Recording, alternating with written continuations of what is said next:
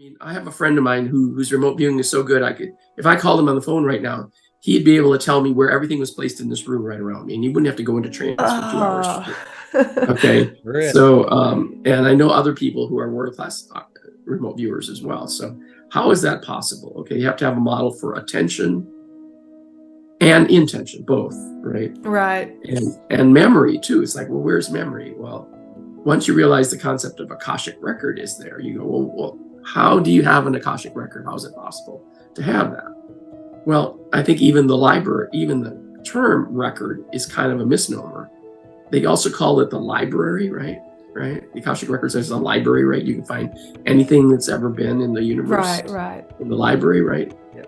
And they show these big libraries with lots of books and stuff like that. Well, no, it's more like a database that has access. You can access to any particular point in space and time.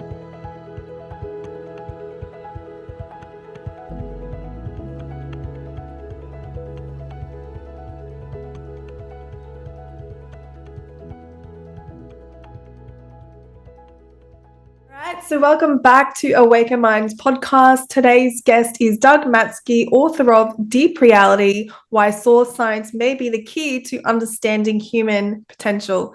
So today I would like to have Doug on the show to demystify science and the mystical. And also I would love to give the stage over to Doug today because I would like to share that I am not a physicist, I'm not a scientist, but I am very, very curious. And so today, Doug is going to share with us how to bridge the gap between science and spirituality. And so, Doug, just if you could give yourself an introduction for the viewers watching today. Yeah, thanks.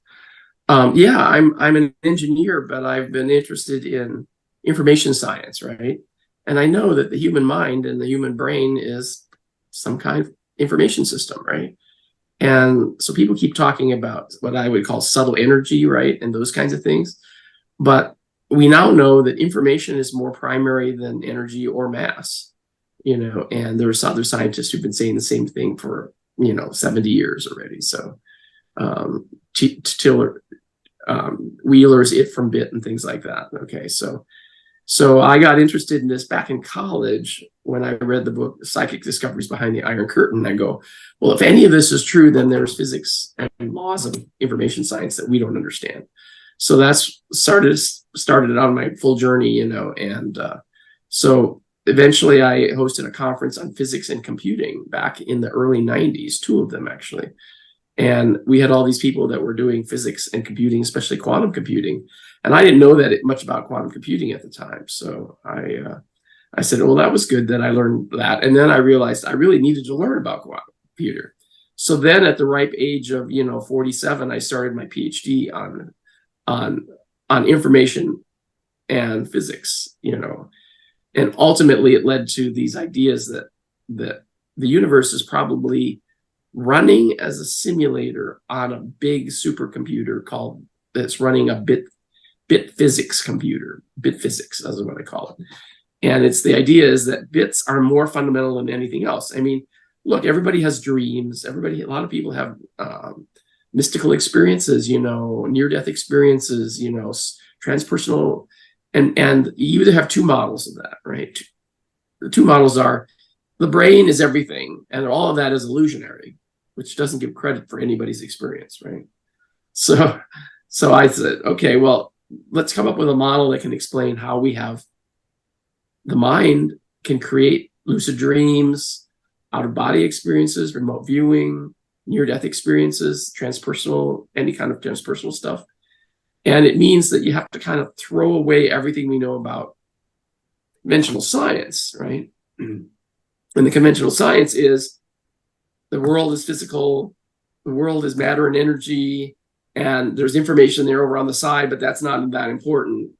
And the brain is a computer, and therefore we can build artificial intelligent computers because the brain is a computer we can model, just how the brain works. And that's what's going on with AI and stuff like that. But then quantum computing came along and said, no, wait a minute. The world is not classical, damn it. It's quantum mechanical. That was Richard Feynman said that. And so if you ever try to start your argument with, well, there's matter and there's energy, no, that's not primitive enough, especially for, mystical experiences. So you have to say, okay, so you all know about Star Trek, right? The holodeck in Star Trek, right? Where you kind of like with matter and energy, you can kind of, and information, you can create an environment that's arbitrarily complex, right?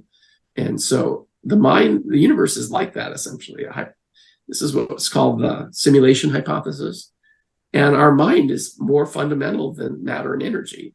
And so that's why we can have mystical experiences, and computers will never have them. That's more important, is that we will never have a computer that dreams. The way we understand computers right now, it'll never dream. It'll never have lucid dreams. It'll never have an NDE. It'll never have a shared dream. It won't have any kind of mystical experience or transpersonal stuff.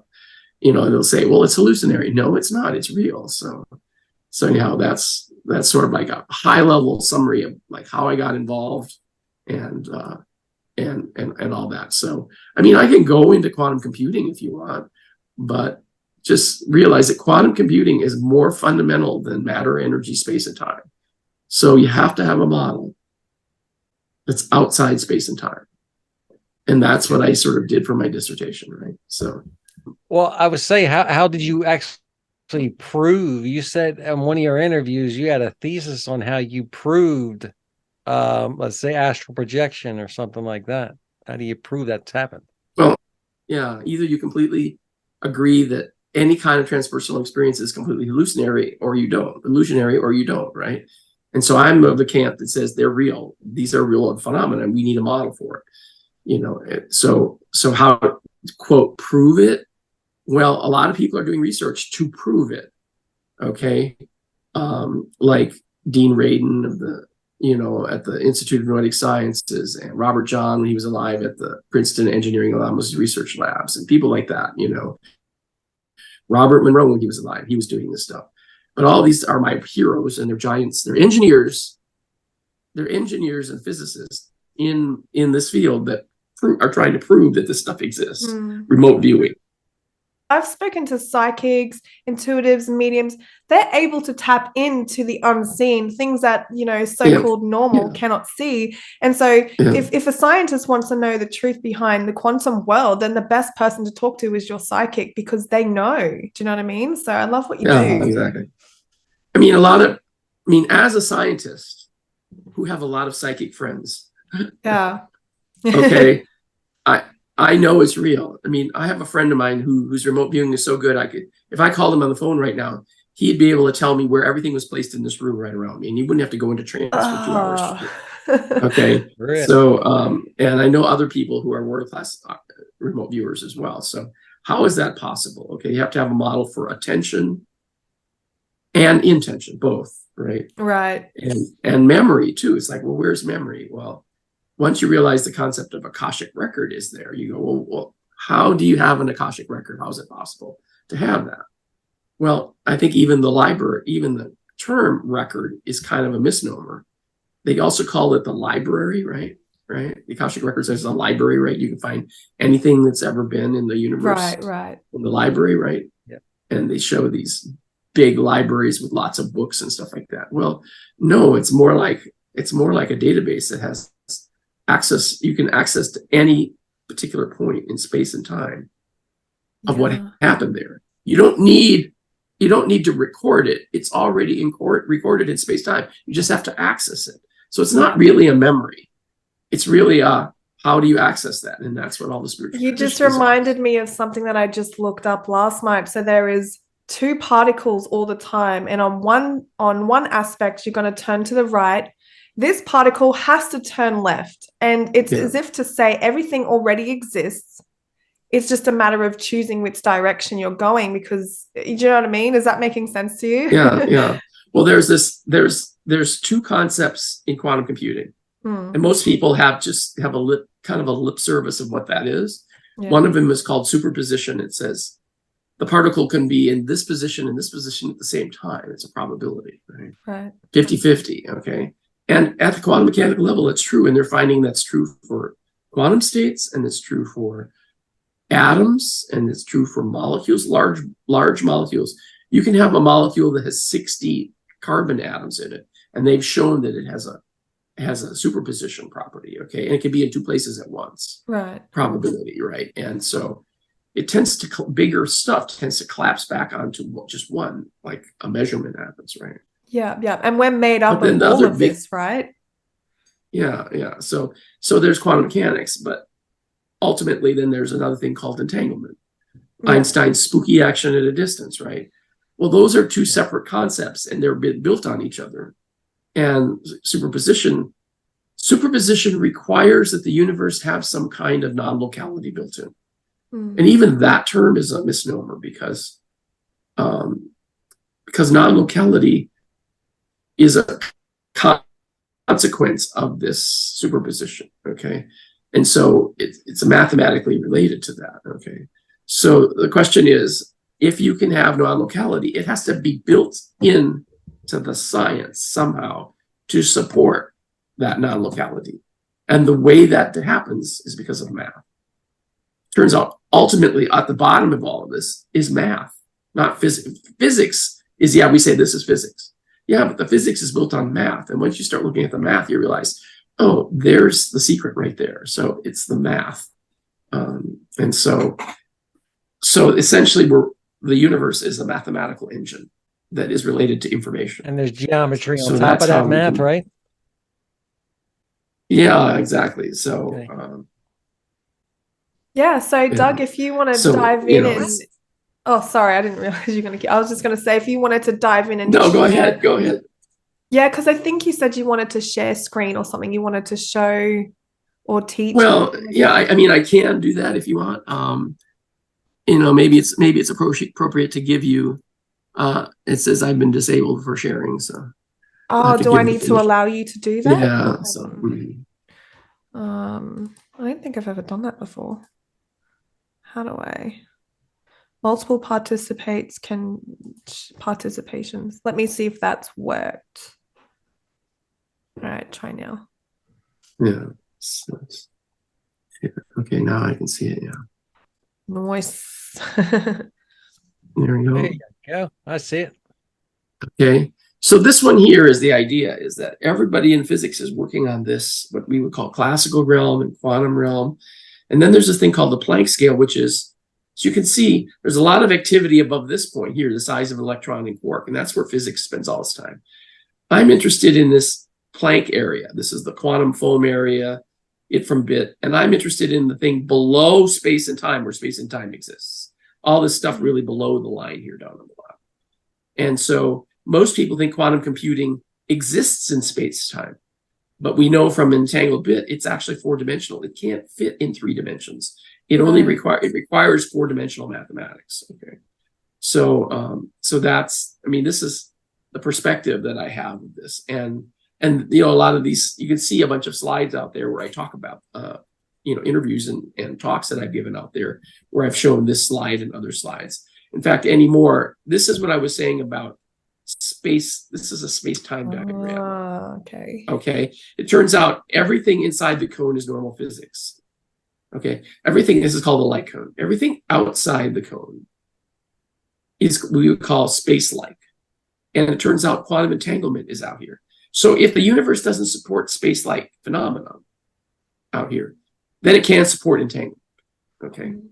And all space-like means is that you can have two things interact in a way that that traveling at the speed of light would not allow you to reach that. And that's what entanglement is. Okay. So this is what I'm saying is that we need to have a space-like primitive. And here's some of the arguments, mathematical arguments about what we mean by that. Okay. So, and so I defined this whole thing called the bit physics. And it just says, if I have a bunch of bits like this, well, here, I'll go to this one here. I'm just going to show up this slide and kind of walk through it. Awesome. If you have a single bit like this, it's either plus or minus 1, like heads or tails. Okay. But there's actually a third orientation, which is 0. So this is different. Oh, okay. Than Is that Boolean like, logic. when you've got plus and minus in states, so you're positive or negative, and then you've got neutrality. Yeah. And so normal computers are using bits as plus and minus 1, Interesting. Yeah. but it's really 0 and 1.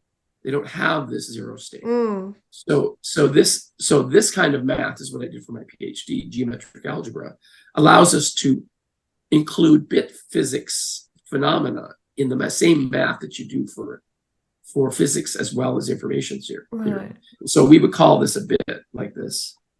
And you can have but if you have 1 million of those bits, turns out, they're all orthogonal to each other. Remember I said it was a mathematical machine? Yeah. So it has plus or minus 1, but there's a million of those or an infinity of those, but they're all orthogonal to each other. So imagine that you had, a basket that had these bits in it. Well, that's a 3-dimensional basket, but you can't fit an orthogonal number of dimensions, large number of orthogonal dimensions inside 3 dimensions because they don't fit. They're not mathematically incongruous. Okay. So then if you take 2 of those, then you get qubits. That's what a qubit looks mathematically. And it's compatible with everything we do with qubits. Okay. But it also has these things called neutrinos and bosons in this level.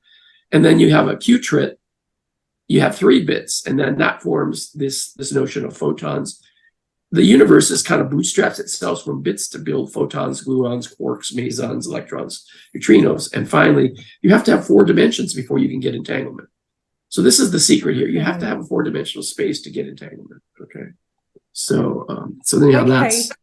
Can I ask you then, with what you just shared, twin flames, for example, me and Jimi, we found out we're twin flames in the aspect that we mirror each other and we're doing it on the growth journey. So we talk to each other all the time. We found that we've lived a similar lifestyle, even though we're completely different ages. Just everything happens the same. When he feels shit, I feel shit. Like we just can't explain it. It's like, oh, nice. It's like as what you just explained, but you'd have to be on a four dimension. Is that what? So it's an entanglement. Well, the point we're is entangled, right? But we're in the 3D. So does that mean we're operating from a 4th dimension on a 3D?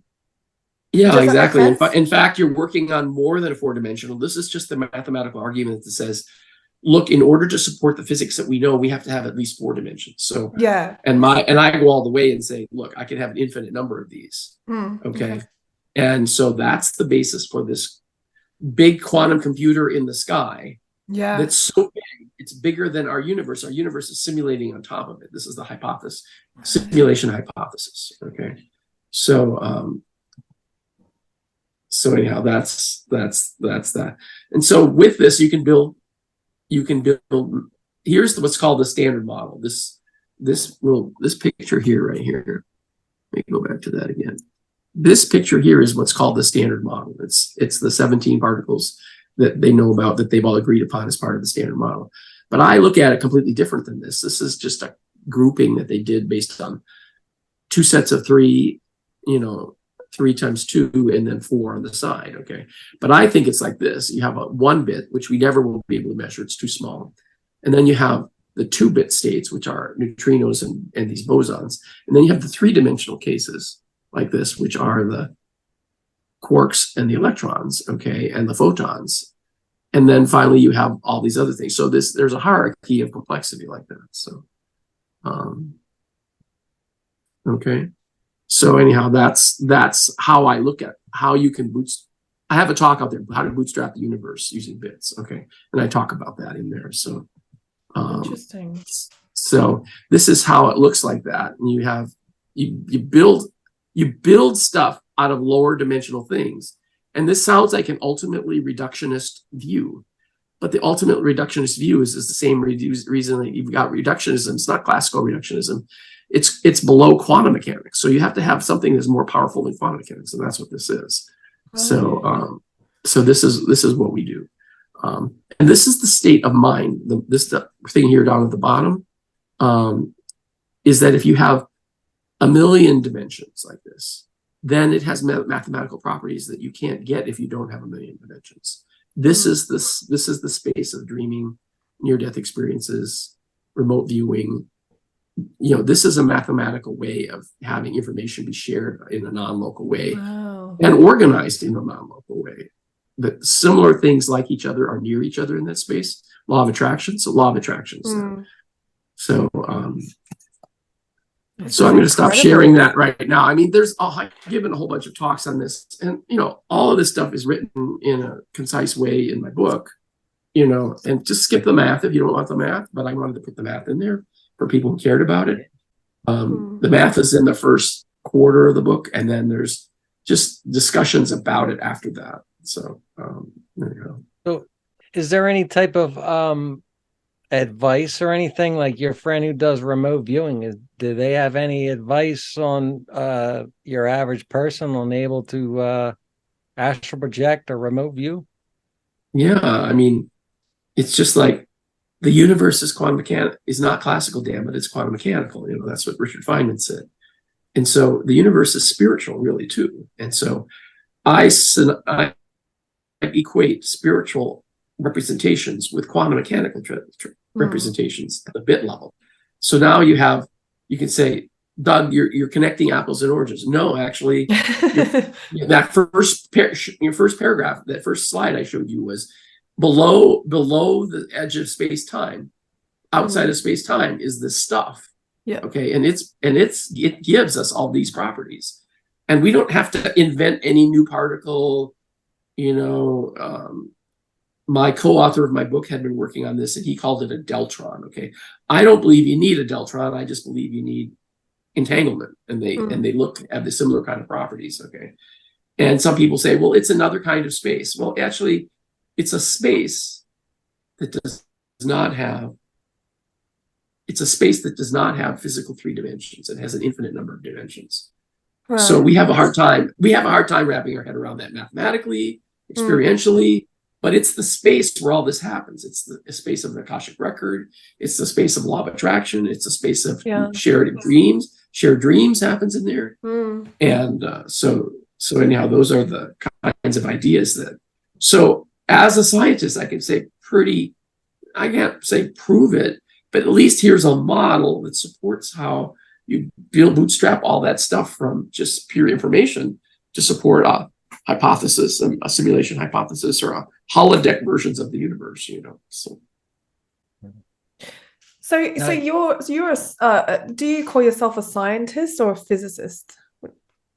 I'm an engineer by engineer. my degree. Yeah, I'm an engineer, computer science guy. But then I've coined the term source science to talk about as a label for all this. I mean, the source of everything in both the spiritual and physical world is called the source, right? So I'm talking about source science, and that's what I talk about. Yeah. So I wanted to ask you the question. So, a lot of scientists believe that, well, this is what the mainstream media believes. I don't know what they're believing in right now, but they say that when we die, it releases dimethyltryptamine in the body, which causes hallucination. And no, we don't have a soul that leaves the body, blah, blah, blah. What are your belief systems on where we go when we die? Well, there are people who have had near-death experiences, and they come back and their life is transformed, right? They say, all there is love. Well, okay, how do you talk about love? Because love is a thing that has meaning to it. But they also have meaning that is so many stages of complexity that we can't even imagine love, an infinite amount of love. Yeah. Okay. Well, I've turned that into meaning, which is an infinite amount of intelligence. You have this emotional intelligence. How is it possible to have an infinite amount of intelligence? And the reason that you do that is because this space has no metrics. It doesn't have space and time. So that means everything is connected to everything else. A lot of people use the term hologram, and I don't like that term, because it's mathematically not precise.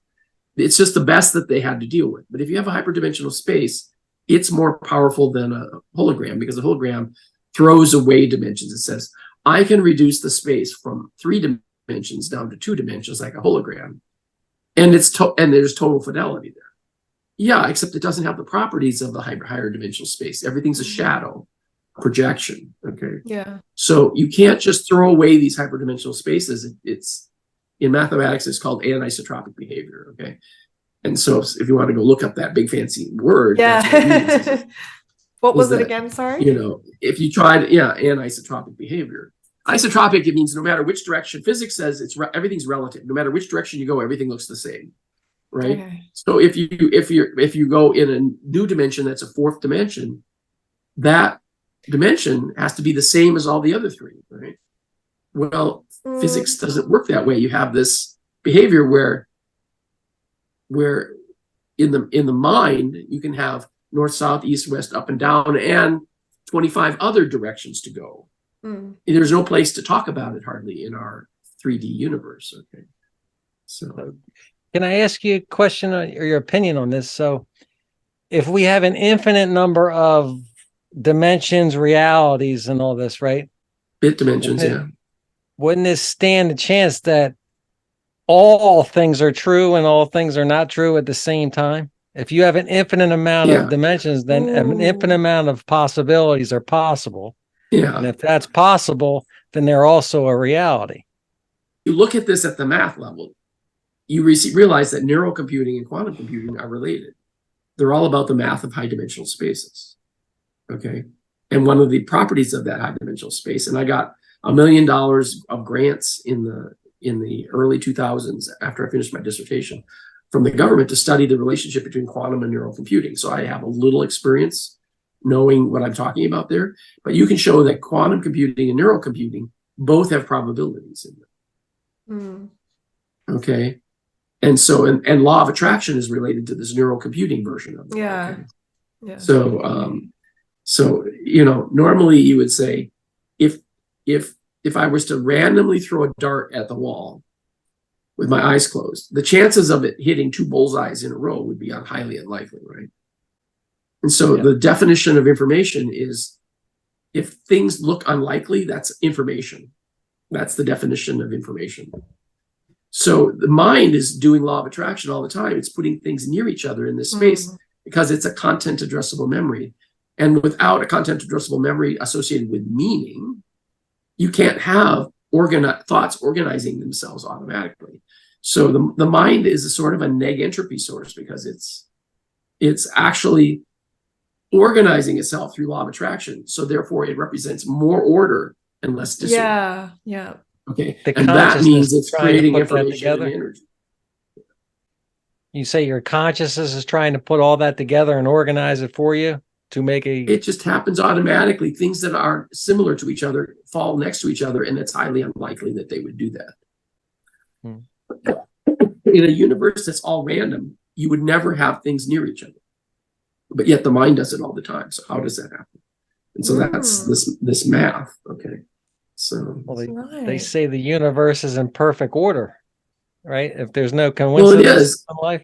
It's this mechanism of law of attraction and content addressable memory, which is the mechanism for meaning, is built on this math. In fact, there's a guy who invented the Palm Pilot, Hawkins, who then went on to do neural computing, and he's using a variant of the neural computing that I'm interested in, this content addressable memory, by a guy named Pentti Kanerva. And he says, if you're not using that class of math in your neural computing model, you're not doing AI, because it has different properties. As you increase the dimensionality, you have properties that don't exist in lower dimensions. Okay, and that's true for the physics too, and the bit physics. So it's hard. Again, some of this stuff is so deep from a math perspective that it's hard for the typical person to realize that it's all related. Okay, so I'm trying to not scare you away, but I'm just saying that's why the name of my book is Deep Reality, because it's so deep that people have a hard time coming up that ladder of complexity. So I wanted to ask a question regarding healing. You know, our body is naturally able to heal itself, and I kind of wanted your ideas of how you feel about that, you know, in the quantum world or the quantum reality, because everything's intention. Yeah. You know what I mean? So what are your thoughts on the ability to heal the human body on the quantum aspect? Yeah. You know, there's examples of it where the person who wrote the book, Dying to Be Me, she was on death's bed. She had fourth stage cancer, you know. And then she went into a coma. Her whole body was shutting down. And then she had this transformative experience, right? And then her whole body says, oh, I just need to read and organize my thinking to be this way rather than this way. And all of a sudden, she cured herself of fourth stage cancer, stage 4 cancer, okay? And it's because the state that you're in gets you back to the homeostasis that is your healthy body, healthy mind and body. Okay. So am I don't spend a lot of time working on healing or healers, but I know that there's a mechanism, because otherwise the placebo effect wouldn't work. Right, yeah. Okay, so there has to be a built-in mechanism for that. And so if the mind is completely a mental phenomena, information model, and all you have to do is, essentially defrag your disk. Yeah. To use a metaphor from the computer. Yeah. Defrag your disk to get rid of all the bullshit that you don't need anymore. Right. Then all of a sudden now you're in a perfect attunement. You're in a perfect coherence. Okay. Because you're way over here, and that's not health. Over here is health.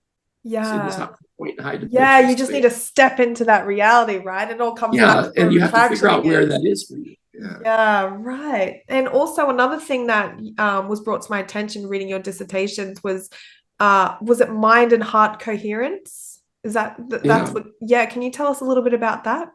Well, yeah, other people have been talking about mind and heart coherence for a lot, but especially the heart math group. Yeah. Heart Math is the name of the company in California, and they teach mind coherence, heart mind coherence. Okay, using a measurable ability called pulse rate variability. Okay. And they found out that you're more relaxed if you have a variable heart rate versus just a single heart rate that's the same. It doesn't have enough flexibility. So they've shown over the years that you can do amazing, remove stress and stuff like that by increasing your heart rate variability, which comes from meditation and stuff like that. Yeah. So we're working on a specific thing that says, look, coherence. There's several kinds of coherence. One, like a laser. If you have a laser, all the light molecules are like soldiers. They're all coherent with each other, right? That's one kind of coherence. But the kind of coherence we're talking about in quantum computing and spiritual phenomena is not that kind. They use that term two different ways, okay? In quantum computing, if you have a state, a quantum state, and you have not interjected any noise in it, it's coherent yet. If you interject noise into it, it's no longer coherent. And the state collapses. Okay, that's a quantum computing version of coherence. Essentially, that's what we're doing in the mind. We're not collapsing the state. We're in this coherent space. And so one of the things that I'm doing is I'm working with other spiritual people. Some of them are these remote viewers and healers, and we've gotten this technology called the World Integrity Space Harmonizer. Here's an example of it right here. And what we did is we built this device that essentially warps the fabric of space, not electromagnetics and not sound, but it's warping by using particular molecular and physical interactions at a molecular level, so that it creates this coherent space. It's kind of like a primitive quantum computing generator. Okay, it's coherent.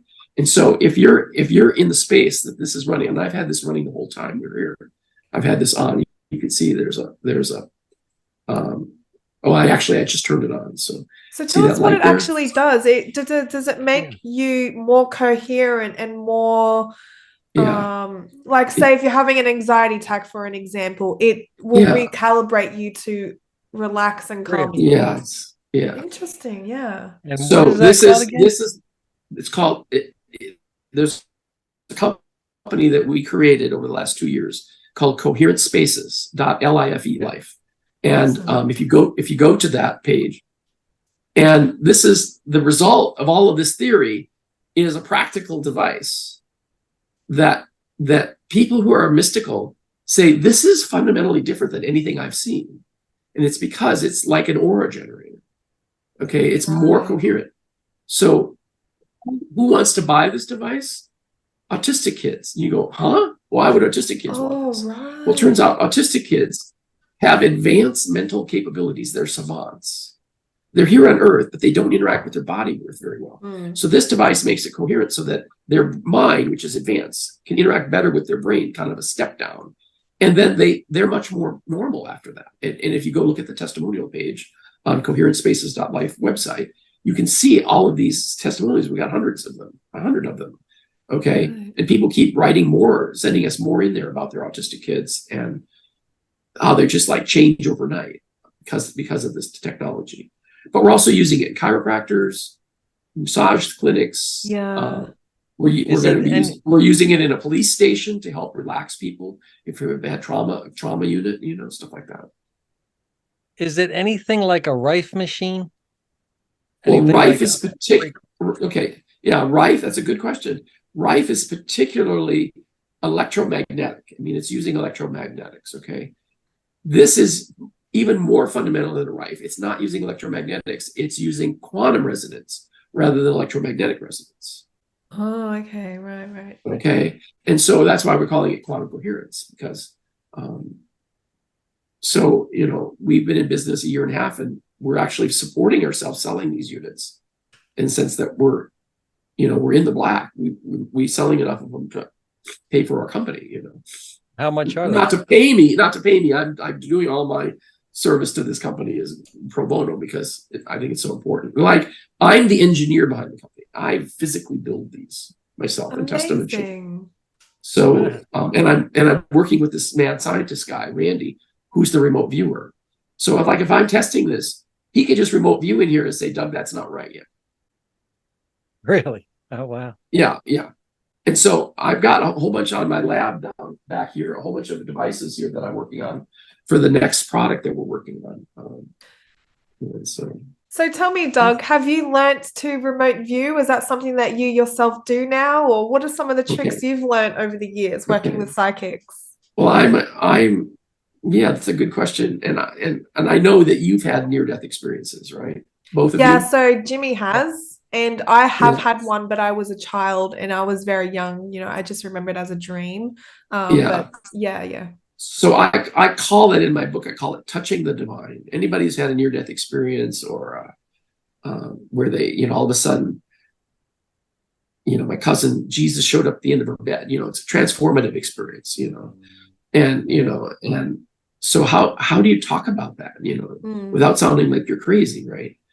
And so it's real. And the reason is because our mind isn't our brain. Right. And we all have spirit guides that forms a collective consciousness. Okay. Right. And so we're tapping into that collective consciousness. That's my superpower. Is I wrote the book that I would only write it if I was inspired. Right. So therefore I was tapping into this bigger knowing that who's me. I wouldn't force it because then it wouldn't be inspired. Yeah. You can't question it. You know, logic has to go out the window, especially I call it channeling. So when you channeling, it was a kind of channeling. Yeah.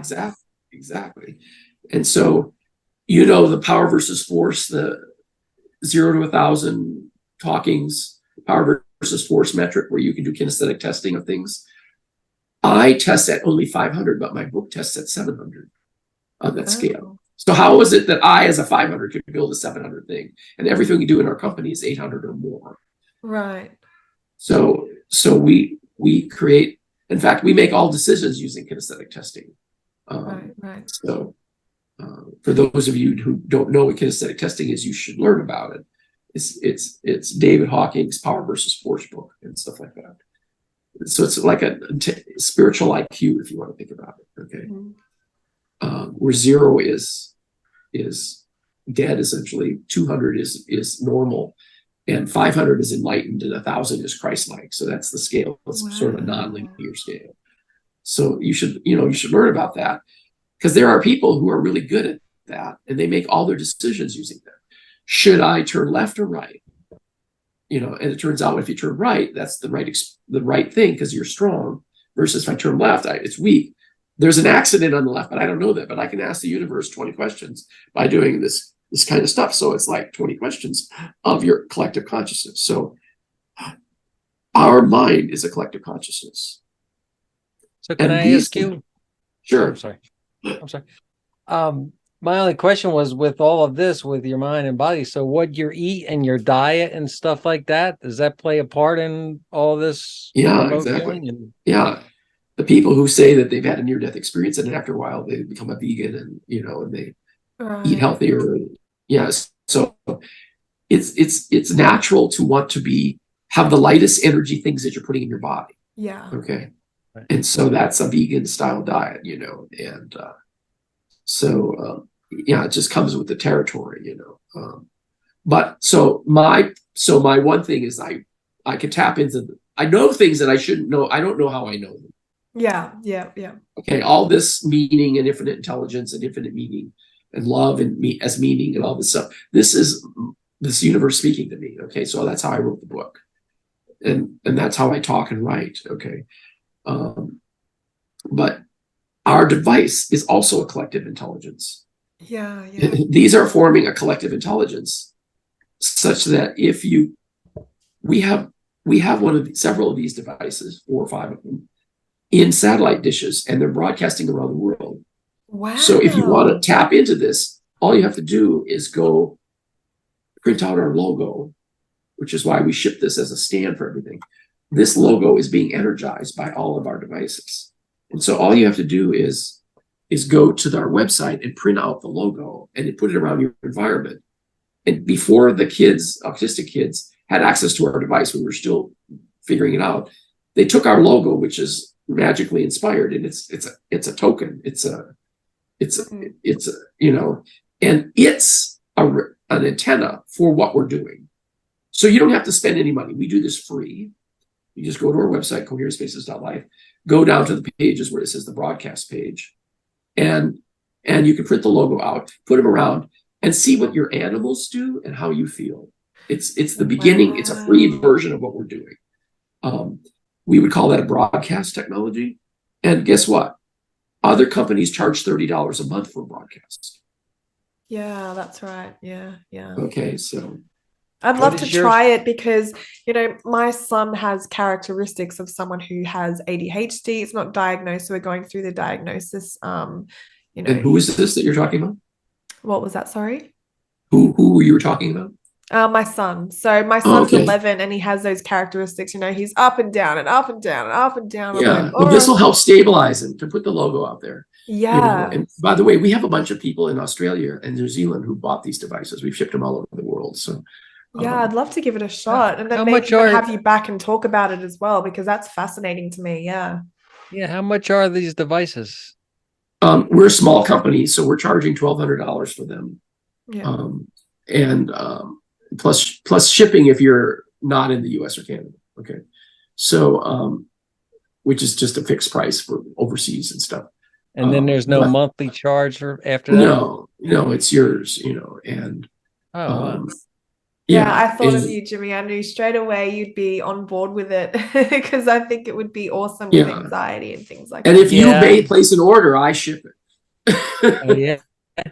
Yeah, I've had anxiety issues has been going on for a little while here. So the guy who invented this, Randy, if he's traveling, he takes this and puts it in the hotel room that he was just at. Well, what is a hotel room? Where a bunch of people share their emotional environment with that environment. So he turns this on, leaves the room for 30 minutes, comes back, and the room is cleared. Yeah. And it's good for 2,000 square feet. So if you have one in your house, set it up in your house, leave, and in 30 minutes, the whole house is cleared. And in fact, negative emotion can't stay in coherence. Negative emotion is chaos. This is coherence. So all that negative emotion and negative thought dispels itself by this technology. That's for all those psychics and, you know, witchy woo-woo people out there who cleanse and clear their home, this is quite beneficial for them to look into. Yeah, exactly. This is an aid for doing that. Yeah. So. Right. Awesome. So it's basically the same thing as saging and, you know, Palo Santoing your house. Yeah. It's exactly. And it's a phenomena that chaos is the opposite of coherence. You are the coolest engineer I've ever come across. This is just awesome. Coherence is this order. You can call it negative entropy. But see, entropy, when they use the term entropy, it's inverted, right? Entropy means if it's higher entropy, that actually means more disorder. Yeah. More randomness, right? If you want something order, you have to have low entropy. Okay, not high entropy. So this helps lower the entropy of your space. But it's like, we're still working with people. Psychics go, well, that really works. Wow. You know, we had a conference one time where it was a health conference with device technology. And this one guy spent over 3 hours at our booth. I wasn't there, but the lady who I work with did. She's a chiropractor who's quite aware, psychic aware. And this guy kept coming back, and he had his dowser, his pendulum, and he would pendulum for a while and douse what we were doing, and then go leave and then come back later. He says, your technology is 10 times more powerful than anybody else here. And if you use both of your devices, we have 2 devices, heart and mind. If you put both of them together, they're 50 times more powerful. And this guy was just blown away, and this is the kind of feedback we get from people spontaneously giving feedback about what we're doing. So it's absolutely incredible. When you mentioned that you were 47 when you did this thesis, what was it that changed you from, being okay? That was the other thing I was going to tell you is right after I finished these conferences it was kind of like the beginning of my awakening. And so I went to the Monroe Institute 3 times, Robert Monroe, Journeys Out of the Body book. And he has this lab where you can go to and take 1 week long courses, right? And he uses hemisync technology, sound Here we go. States of consciousness. So you can use sound to do this, to produce states of consciousness. Yeah. Okay. And that's all the companies are doing hemisync or hemispheric synchronization, or have various kinds of technology that help. Okay. Yeah. And so I went there, and one day I all of a sudden started talking to 4-leaf clovers, and they talked. Wow. And then all of a sudden I connected with my spirit guide, and he said, I'm giving you a lesson on physics. And he says, this is the universe. And he showed it a 1-dimensional line. And he says, this is 2 dimensions. Showed a plane. And then he says, this is 3 dimensions. Okay. He was giving me a lesson on the physics topology of space-time.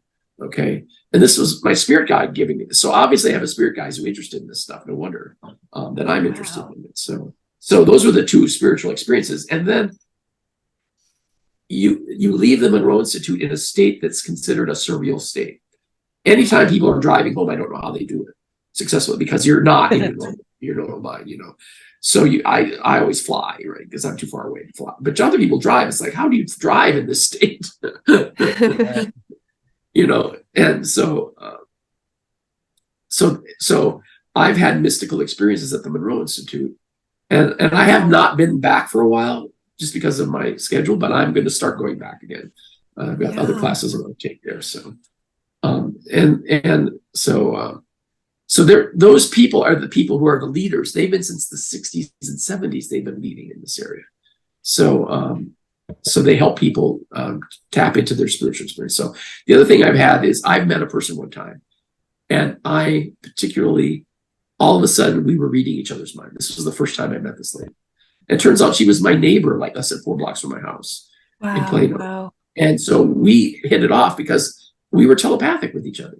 Yeah. And by the way, I know a ton of telepathic people. I will say I've had this exact same experience with 2 people, and it's incredible. And it's not like you're reading each other's mind. You just know what you're going to say. You know what they're going to say. Is that the same for you? Yeah, exactly. In fact, most people are telepathic automatically. Right. Because if you weren't, you wouldn't learn language in the first place. I believe a baby infant is telepathic first, and then puts labels on it from a language perspective on top of it. Yeah. They know what the meaning is, even though they don't have the word for it. Which is why robots will never be truly intelligent, because they're not telepathic. That's right. Yeah. Okay. So that was one of the questions. So that telepathy is one of my big things. Okay. And one of our co-founders of our company, Susie Miller, she teaches parents to be telepathic with their autistic kids as a way of connecting with their disconnected kids. Their kids are brilliant. They're super smart. They're savants, like Rain Man. They're super smart. They're savants. I would love to have her on the podcast as well with you. If we could do that, that'd be fantastic. Yeah, I mean, you can. She's if you want to, you can go to Gaia.com and look at Susie Miller. She's got 2 talks out there. Oh, right. And she just put a new version of a talk out there. And, and her business is like taken off. So if you can get her to come on your channel, great. She's just super busy with her work. Her work is helping families, And so, and originally she was part of our team, or founder of their team. And And right now she's so busy, she doesn't have much time to work with us, but Yeah. she's still helped us define this company and stuff like that. So Have you ever heard of Mary Rodwell by any chance? I don't know that name. I don't know that name. No. She talks about a lot of the same things with indigo children. Oh yeah. I heard from the color of their aura, but she talks a lot about the autistic kids come to this planet and how it is the children that are supposed to be our teachers for the future and to the new earth and to the spirituality of it all. Yeah. No, you can sign up for essentially she has weekly talks. Susie Miller does. You can go sign up for her talks twice a week. And I do that. And SusieMiller.com and you can go join her talks, and she talks about this stuff. And one of the things she said in the last meeting is by 2027, every child born will be on the spectrum, not in a negative way, that they will be awakened. Right. And right now, it's a percentage of that. But it used to be 1 in 10, 100,000 were autistic. Now it's 1 in 50 or 1 in 30. So we're having all of these spiritually inspired people coming in now to help the world. Okay. And so, yeah, they're, as all the old people die off, all these new people are going to be spiritually connected. And so in a relatively short period, all of our kids are going to be indigo children starting in 5 years. So. Wow. Right. She has a book called The New Human was the name of the book. And that's exactly what she talked about, all that. Yeah, it's a kind of language, exactly. She even said it when they come here, they're not able to be in contact with their body to communicate. And it's not them that needs to learn to communicate with us. It's us that needs to understand how they communicate. Oh, right. That's why we do this, because it helps bridge the gap between their expanded awareness. See, they're awake. Right. They're awake, which means they're really living their spiritual experience. And by the way, there's a collective of remote autistic kids. They're their own collective. They have like meetings in their own spiritual world all the time. And Susie can talk to this collective. In fact, she was taught how to be telepathic by an autistic kid who was telepathic. Oh, wow. Okay. And she's evolved this telepathic ability to the point where now she can speak and write a light language that's based on this telepathy. Yeah, exactly. So there's a bunch of light languages out there and you can learn to do this. People of hers. I would love to learn to do this. I'm trying to learn telepathy right now. Wow. And remote viewing and lucid dreaming. I'm trying to be more if you like figure out how to lucid dream, please send me an inbox because I am trying to figure that out. I've done it once. Lucid dreaming. It turns out the Monroe Institute has a class on lucid dreaming in October, and I'm trying to go to that. Please go for all three of us. I heard a guy said with lucid dreaming, if you want to know how to catch yourself in a dream, you have to, like, artistically yourself, draw an object that makes you really happy and one that makes you really not happy. So when you see these in a dream, it has to be something you create. So when you see these in a dream, and especially ones that make you not so good, they will alert you that you are in a dream and that you have control of that dream. Yeah, exactly. Right. There's a ton of people who are doing really good work on lucid dreaming. Charlie Morley is one of them. Stephen LaBerge was the original one. He was the one who was the founder. He was at Stanford and did research on lucid dreaming. Originally, Stephen LaBerge had classes at Hawaii. I always wanted to go to Hawaii and take the lucid dreaming class. I don't think they have them anymore through him, but so I think I'm going to go to the Monroe Institute to take their lucid dreaming class. I mean, it'll be using sound technology to help you get in that state. So I noticed too that before I go to bed, if I set my intention, like in the 5 minutes before bed, to remember my dreams, then I do. I'll remember them much better in the morning. Intention is everything. Yeah. I just put that in my mind to remember it, and I do. The next day I'll remember it. Yeah.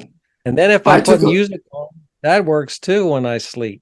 Like if I just put an earbud with meditation music on, my dreams get incredibly, vivid. Like, so my lucid dreams are funny because I'm an engineer.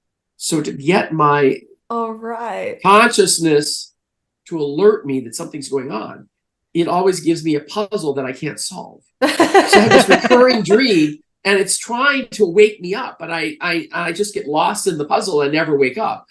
So it's a recurring theme. It's kind of like, okay, I know you're trying to work with me, but so far I haven't gotten it quite yet. I took a lucid dreaming class last fall, and I've been, over keeping dream logs for, almost a year now. And even the dream log, if I write it down right away, I can remember it. But even 30 minutes later, it's like, I know there was a dream that was pretty deep, had a big idea, but I can't even get a handle on it to write it down, I think like, no problem, I'll remember this. And then exactly. later, it's gone. Yeah, exactly. Didn't Einstein used to meditate, and then he would have like a bowling ball in his hand or something like that, so to stop himself from like falling that was Edison. asleep? That was Edison. Didn't Einstein do that as well? You might, but it was Edison learned that from Tesla. Right. But he would meditate for ideas because Tesla meditated. Right. And so instead of falling asleep, he held that piece of, weight in his hand so that if he fell asleep, it would hit that thing and wake him back up. All these techniques, you just have to figure out the one that works with you. Exactly, right? Mine is doing the dishes. I get my downloads when I do the dishes, or if I'm in the shower, I'll message Jimi multiple times and there you go. Download. How is it possible to have a download? Kind of like the Matrix. I want to learn how to fly a helicopter. Here's a download for your helicopter. Yeah. Flight instructions. How do you get a download? Turns out math can be downloaded. A friend of mine would sit there, and all of a sudden she was a spiritual person and telepathic, and she would get a download for math. She said, no, send that to someone else. It's like, and so the point is, anything that there's an archetype for, you can download. Yeah, that's a really good point.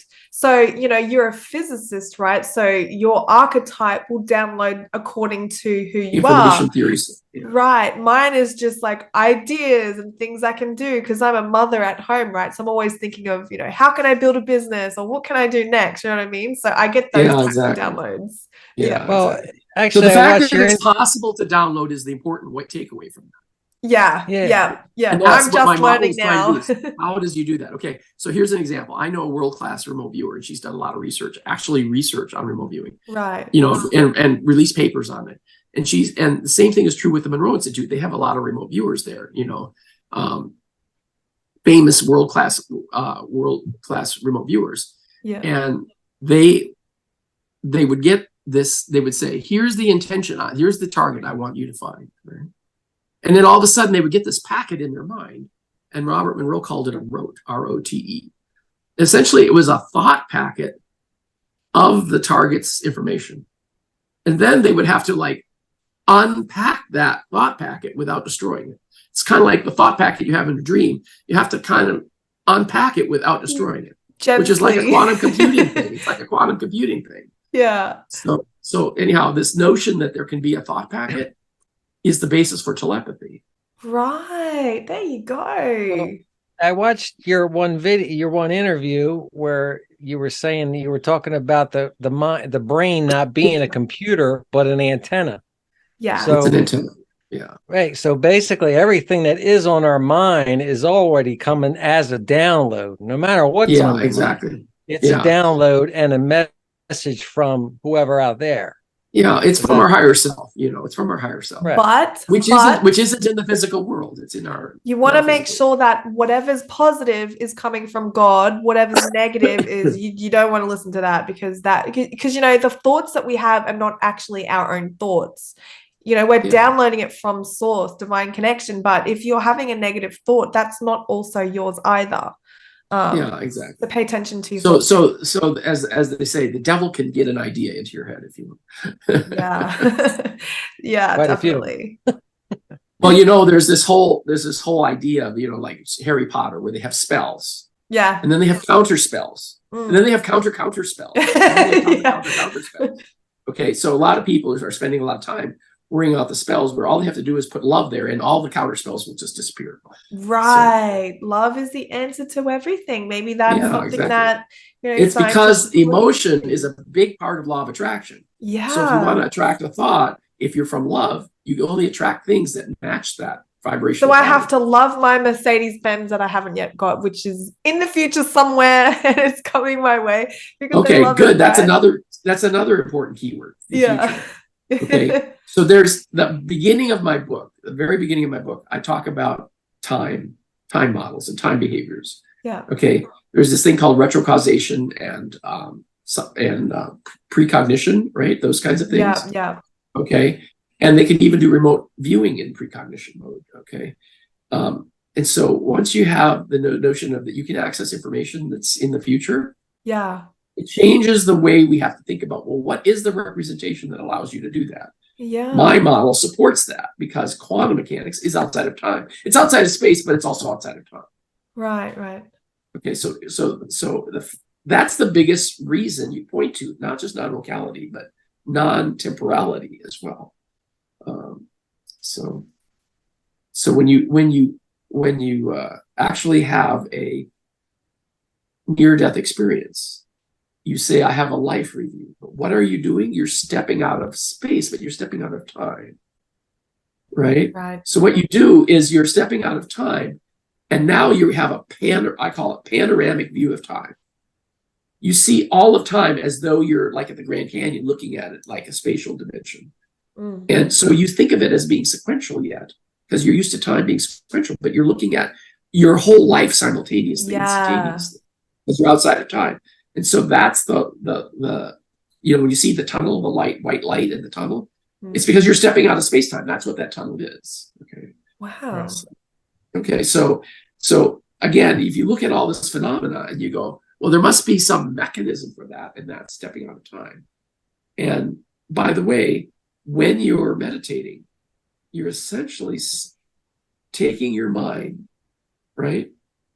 And you're relaxing it from time. So you've heard of a thing called in the zone. Yep. That's like it. if you're in sports, they go, how did you do that amazing shot? And guy says, well, it's as though everybody else was standing still. Somebody had a accident and they said, what happened? And they go, well, everything was moving slow motion. That's what happened with Because Jimi. they stepped out of death time. Experience. Yeah. Your death phenomenon, it's the same thing. They stepped out of time. Okay. Yeah. So, and you can learn to do that. Yeah. See, I've done it. I've had, like I messaged you earlier, I have had an out-of-body experience, and it was actually Jimi here who showed me, basically what to do. And it was you focus an intent basically. And I was working on my chakras and I was so in the fucking zone. I went out of my body so fast, but I didn't even know I was out of my body until I looked at my hands and I zoomed into the space of nothing because I was just pure energy, right? Yeah. And it was just the most freeing feeling I've ever felt, but I didn't end up going back in. But I would just love to know how to do it at will because I've experienced it enough now. But it's like I have to get really deep into the zone and you can't fall asleep. There's this technique I'd love to learn. Yeah, so being in the zone is really important because you're not stepping out of space, you're stepping out of time. Yeah, that's right. More than space. So now your brain is no longer the focus of your intelligence, of your attention. Does that make sense? So. Yeah, it's incredible. I love this topic. Getting away from your brain, right? Yeah, we're so used to connected to our brain, which is the antenna, that you have to have something major to switch out of that. And being in the zone, like in sports experience or near-death experience, and all of a sudden, or meditation. So okay, what are your thoughts on this? So near-death experience say that, when they're on the other side, they just have to think a thought and then they're, the speed of thought, really. So other people have told me that I can connect to that realm without having a near-death experience. So my question is, can we make a manifestation like that rather than, putting sequences in time? Like, how do we? Yeah, that's your channeling. You're tapping into your channeling. Right. Yeah. Because you know, I'm trying to manifest a car. I wasn't lying when I said I want a Mercedes Benz. I actually want to manifest that. So I'm wondering how you can do it like that. Yeah. Well, part of the deal with manifestation is manifestation normally takes time in the physical world, but in the mental world, it's not. So yeah, but that's why I mentioned you can go to that realm without having a near-death experience, which says I can manifest like that. Well, here's a linguistic thing. I studied this thing called neuro-linguistic programming. So I'm essentially a master practitioner in neuro-linguistic programming, NLP. Okay. Yeah, yeah. And one of the things they say about that, if you say the language, it's everything. How you think in your language is everything, right? Right. It's like law. It's like a formal way of studying law of attraction using NLP techniques. Okay. And when you do that, you actually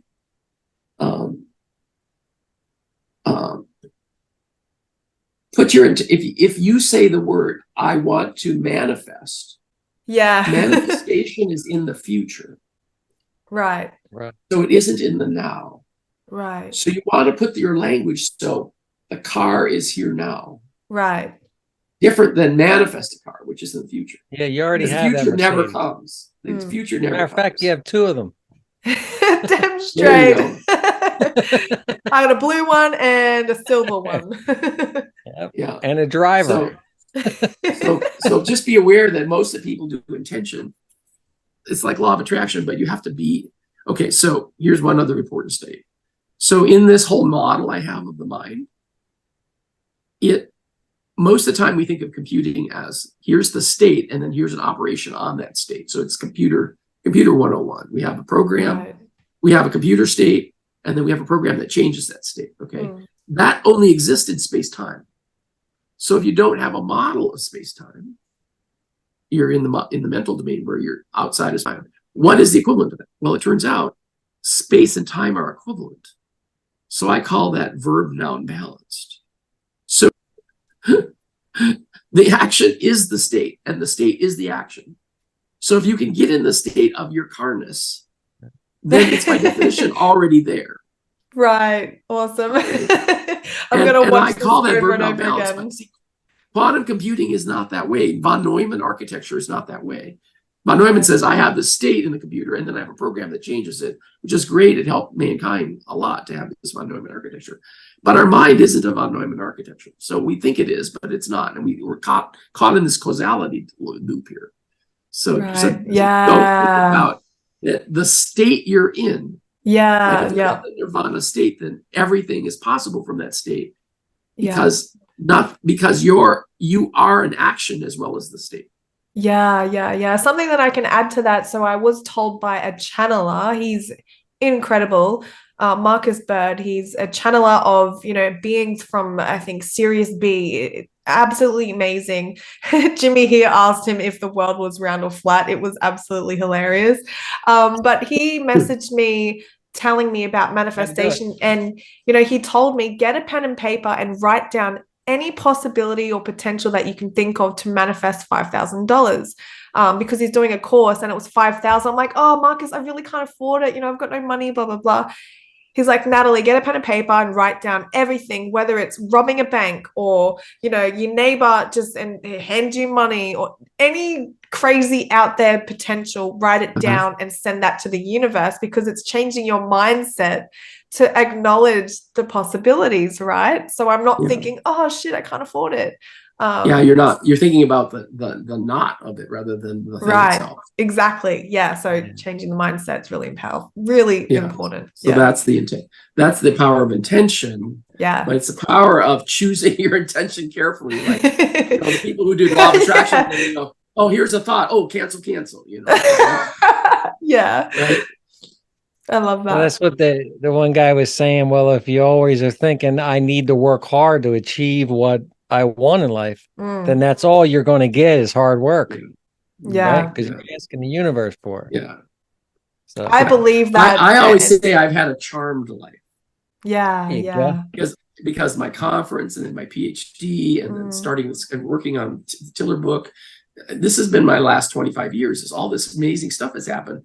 And I don't live in California. I'm not a fancy university professor. I'm just a guy who's doing this stuff in my house, you know. And so you can create amazing things that way. So Right. Well, you talk to shamrocks, it might be the luck of the Irish. yeah, I was talking to the four-leaf clovers. In fact, I found six of them that weekend. They would just, I would say, oh, I just gave up. I says, it's okay. I don't need to find any four-leaf clover. I was looking for them with my eyes. And all of a sudden I said, I gave up. I sort of relinquished control. And all of a sudden they go, hello, here I am. Awesome. And I started just crying. I just started crying because it was like, oh, I got that message. I got the experience. You know what's interesting? Just let go. I did that exact same thing, didn't I, Jimmy? I posted on Instagram. I went looking for a four-leaf clover. I couldn't find it, and I just gave up. And I started walking away, but something in me said turn around. So I turned around, and my gaze just saw two four-leaf clovers, and I picked them both and was like, no way. Yeah, there you go. So you and I are in sync with that experience. Exactly right. The next day I was walking. We were doing a walking meditation in a field. Yeah. So I was walking a full gate. And one of the four-leaf clovers says, here I am, walking at a full gate. I just reached out. Wow, that's amazing. It's like, okay, I was in the zone there. So yeah, in the zone. See, that's why I was saying sometimes getting in the zone doesn't require you to meditate. Like for me, it's sometimes doing the dishes or being in the shower or going for a walk in nature. Do you know what I mean? Yeah, so let it go. Yeah. I always have to have no music or nothing like that on. Mm. And then that stuff starts to happen. As long as all the commotion's out of there. Yeah, no news radio. Especially that. Yeah, exactly. Well, Doug, it was absolutely fantastic to have you on the podcast today. Thank you so much for sharing your wisdom and just teaching us about the quantum world. I really appreciate that. And look, if you don't mind sharing with the viewers where they can find your book, your website, that'd be awesome. You can find everything at my moniker is Quantum Doug. So I have so quantumdoug.com is my website, and on there is links to everything else, which includes my book, which is deeprealitybook.com. The company coherentspaces.life is a link there. And it sounds like I'm a one-person multinational here with all the stuff I'm doing. But all my papers are on quantumdoug.com, and all the links, your interview will be listed there as soon as you give me the link to it. So then, you know, and all my, even the metaphysical papers as well as my scientific papers, you know, they're both there, you know, more scientific papers. But to me, every time I give a talk, it's always the same slides. It's just how I talk about it, right? Yeah, that's it's like, this is the story I have to share with people. So, well, I'd like to ask you one last thing before we go. Yeah, sure. Could you please, Doug, leave us a quantum positive note for the viewers as a takeaway? Yeah, exactly. Well, our mind is a quantum computer, and we could call that we're spiritual beings. And so if you believe that, then you won't get trapped in all the negative self-talk about AI and the fear of AI and the fear of it. In other words, fear is part of this entropy state, right? And you want to be in love instead of fear. Okay, you don't have to worry about Arnold Schwarzenegger taking over the world, you know, because I don't believe quantum computers or even AI will ever be as smart as humans, because they're not built the same way as we are. We're spiritual, spiritual, I don't even say the word machines, we're spiritual beings, right? But we're built on this mechanism, this thought-based mechanism, and that's information-oriented. And so anything that you can think actually affects the universe, because our mind is the same part of the source code of the universe. We're source science, but our mind is the source code of the universe. So we can program the universe to do whatever we want, manifest physically. We just have to set that intention, but knowing that our old ways of setting manifestation were probably wrong, because we separated space and time and fear, and we have to be in the state, being in that state. You know, so one time we said, we're going to manifest a rose, and it's going to have a rose with no thorns. And we were at a conference where a bunch of other people were from the Monroe Institute. And as soon as we walked out of the restaurant, there was a guy selling roses with no thorns on. Wow. Get at it. Yeah. And they say the rose is a good example of something to manifest, because its concept, its smell, its idea is all the same. So you don't have any competing phenomena. A rose is a rose is a rose kind of thing. So, there you go. Wow. So hopefully we're spiritual beings, believe it, and that our brain is not our mind, and that we can let go of the brain long enough to tap into who we really are, which is spiritual beings, and tap into our group consciousness of our spirit guides. And they're there all the time. There's a book called Higher the Heavens. They said law of attraction is too complicated. So there's this alternative book called Higher the Heavens. You just say, I need help with this. And all of a sudden, if you're a spiritual person, they say, all these spirit guides show up with their resume in hand and pick me, pick me, pick me. Okay. Aww. They want to help us. Okay. So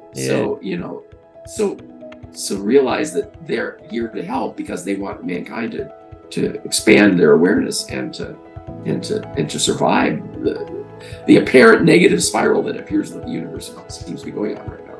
But it's not true because we're a negative entropy source, we're mind. So. Well, I think you just so about much, nailed that one, Doug. Thank you so much for the positive message at the end. I love that. Yeah. Oh man, it was Well, awesome. you two are doing it already. So Yeah. the message isn't for you, it's for all your listeners.